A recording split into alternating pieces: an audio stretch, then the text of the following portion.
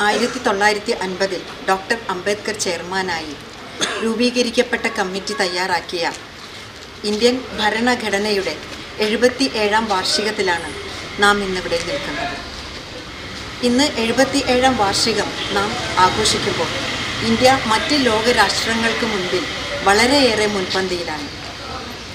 അന്ന് നമുക്ക് ലഭിച്ചത് ഒരു നിയമപുസ്തകം മാത്രമല്ല, നമുക്ക് അന്തസ്സായി ജീവിക്കാനുള്ള ഒരു സന്ദേശമാണ് നമുക്ക് ഇന്ത്യൻ ഭരണഘടന നൽകിയത്.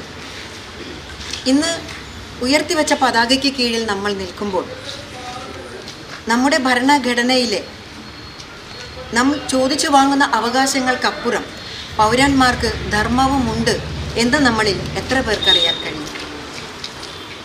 നമ്മൾ ചോദിച്ചു വാങ്ങുന്ന ഇക്വാളിറ്റി, നമ്മുടെ വിദ്യാഭ്യാസത്തിനുള്ള അവകാശം, അഭിപ്രായ സ്വാതന്ത്ര്യം, സഞ്ചാര സ്വാതന്ത്ര്യം എന്നിങ്ങനെ തുടങ്ങി മൗലികാവകാശങ്ങൾക്ക് വാദിക്കുമ്പോൾ നമുക്ക് ഒട്ടേറെ കടമകളും നമ്മുടെ ഭരണഘടന പ്രകാരം നിർവഹിക്കാനുണ്ട്.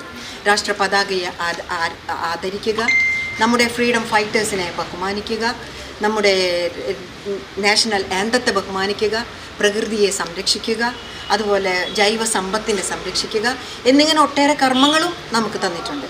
പക്ഷേ ഇന്നത്തെ ഈ സമകാലീന യുഗത്തിൽ ആ കർമ്മങ്ങൾ എമൻഡ് ചെയ്തുകൊണ്ട്, കോൺസ്റ്റിറ്റ്യൂഷൻ എമൻഡ് ചെയ്തുകൊണ്ട് നമ്മുടെ കർമ്മങ്ങളെ അല്ലെങ്കിൽ നമ്മുടെ ഡ്യൂട്ടികളെ അഡീഷണലായിട്ട് ആഡ് ചെയ്യേണ്ട ഒരു കാലഘട്ടം അതിക്രമിച്ചു വന്നിരിക്കുന്നു.